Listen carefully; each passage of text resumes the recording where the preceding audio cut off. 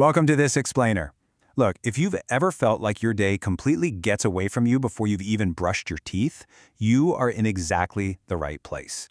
We're going to unpack how to stop passively inheriting morning anxiety and how you can actually start intentionally programming your mind's operating system using this really fascinating blend of modern neuroscience and ancient practices. So let's just jump right in with a pretty crucial, maybe even a little uncomfortable question about the absolute very first moments of your day. Who actually speaks first? Is it you, or is it a massive chorus of uninvited thoughts? Right, from most of us, literally before our feet even hit the bedroom floor, our mind gets completely hijacked. It's just a barrage of uninvited stress. You know what I mean. Yesterday's unfinished arguments, the bills piling up, that weird comment your boss made. And the terrifying part? You didn't actually choose a single one of those thoughts. They chose you. And by just letting them run unchecked, you are actively setting a negative emotional trajectory for the next 16 hours. You aren't starting your day, you are letting anxiety architect the whole thing for you.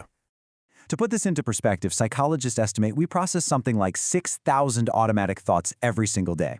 Now, to try and fix this morning dread, a lot of people push these hyper-positive affirmations.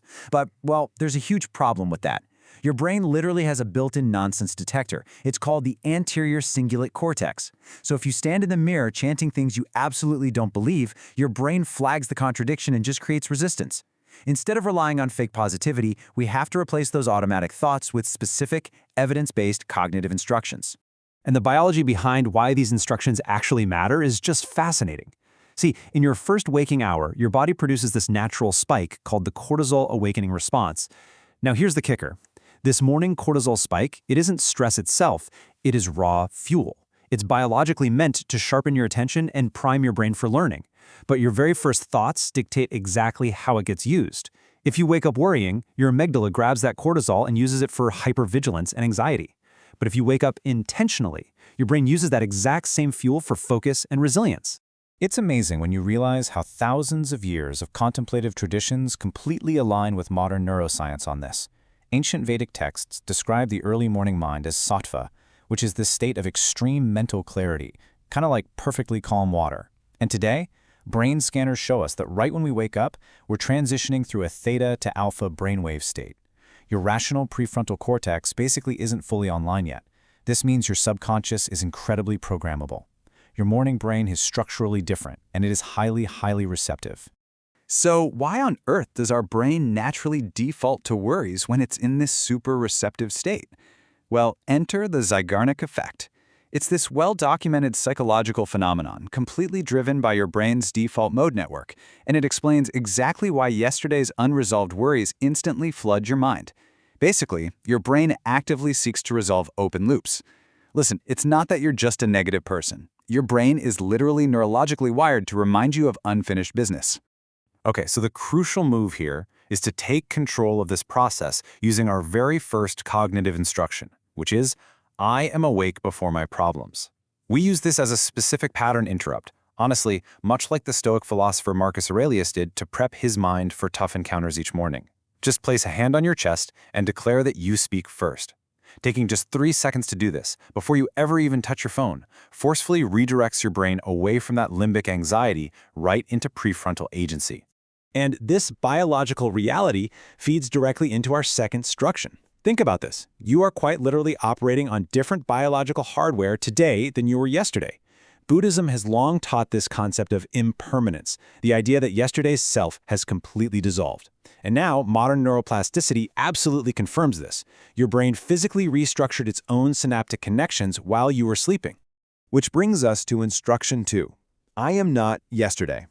Look, by practicing cognitive reappraisal and really recognizing this physiological reset, you actively stop running yesterday's outdated, anxious software on today's brand new neural hardware. So spend your first 5 minutes intentionally. Take 3 really slow, deep breaths, and on an exhale, just consciously let go of one failure or worry from yesterday. You have to explicitly remind yourself that this brain has new options today. Now, we absolutely have to talk about attention. Attention isn't just willpower, it's a finite neurochemical budget. According to research out of UC Irvine, it takes a staggering 23 minutes and 15 seconds to fully recover your focus and get back to your original task after checking just a single distraction. 23 minutes and 15 seconds. And that is exactly why Instruction 3 is, today I direct my attention. Because smartphones are engineered using literally the exact same variable reinforcement schedules as slot machines in Vegas, you absolutely must protect this morning window to activate your prefrontal cortex. Keep your phone completely out of your hands for the first 30 to 60 minutes. Seriously, go buy a cheap $4 alarm clock so your phone isn't your first physical touchpoint. Then, grab a pen and write down just 3 priorities on paper. If you start your day with a screen, you're handing your most valuable neurochemical state right over to an algorithm instead of keeping it for yourself. Because if we don't direct our attention, here's exactly what happens. As landmark Harvard research shows, nearly half of our mental life, we're talking 47% here, is just spent wandering. And this mind wandering frequently pulls us right into the incredibly destructive habit of anticipatory rumination. Basically, we just start endlessly rehearsing future stress. The Stoic philosopher Seneca actually hit the nail on the head about 2,000 years ago when he said, "We suffer more in imagination than in reality." And guess what? Modern brain imaging studies completely confirm this. Your nervous system literally cannot tell the difference between an imagined worst-case scenario and a real physical threat. Your amygdala fires, your cortisol levels spike, all just from a thought. Which means you are paying a massive full biological stress tax for a problem that hasn't even happened yet.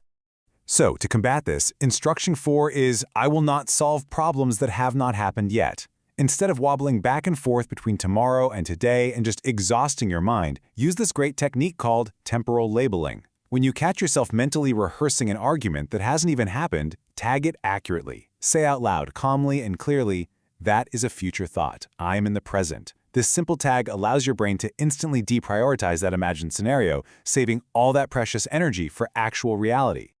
But we have to remember, our minds don't just exist floating in a vacuum. You actually have 500 million neurons located exclusively inside your gut. This forms your enteric nervous system, which is often called the second brain, and it proves that a massive 80 to 90% of physiological signals actually flow upward from your body to your brain via the vagus nerve, not the other way around. And that leads right into Instruction 5. My body is not just a vehicle for my head. Look, to avoid catastrophic decision-making, we really have to listen to these somatic markers. Ancient contemplatives understood this perfectly. They knew that an unembodied mind is a deeply, deeply unstable mind. So within 10 minutes of waking up, just do a simple 60-second body scan. Slowly move your awareness from your head down to your toes. The goal here isn't to fix anything, just neutrally register any tension. Acknowledge the tight jaw or that weird knot in your stomach. Don't try to change it. Just listen to the raw data your body is desperately trying to send your brain. Now, this neurological reality completely dismantles the modern productivity illusion we all fall for. We constantly default to urgent tasks, answering quick messages, firing off emails, simply because they activate the limbic pathway. They feel super easy and they give us this quick hit of comfort. But the deeply important work, that requires the prefrontal cortex, which is neurologically expensive, it's slow, and honestly, it just feels really difficult. Instruction 6 solves this whole trap. I choose one thing that matters over 10 things that are urgent. This is essentially perfecting the ancient concept of swadharma from the Bhagavad Gita, focusing on your true essential duty. The hard truth is you probably aren't actually lazy. You've just been hiding from your real, challenging work by burying yourself under a mountain of fake urgent work. So identify just one absolute non-negotiable task, write it down, circle it, and then fiercely protect 90 minutes to get it done. All right, finally, we arrive at our 7th and last instruction. And honestly, this might be the most powerful one of all. I will not measure today by what I get, but by who I am while I do it. This is a profound instruction because it literally rewires your motivational system from a super fragile, outcome-oriented fixed mindset straight into a highly resilient, process-oriented growth mindset. Because by focusing fiercely on the quality of your character, rather than just blindly checking off to-do boxes, you stop endlessly chasing results that just leave you feeling totally empty, even when you actually win. You have to ask yourself, what quality do I want to bring to this day? Maybe it's patience, maybe it's courage, maybe it's just calm. Choose one specific word and then filter all of your daily decisions through that chosen quality. If you release your attachment to the final result and just pour everything into the process, the results naturally follow. But more importantly, your peace of mind won't depend on them.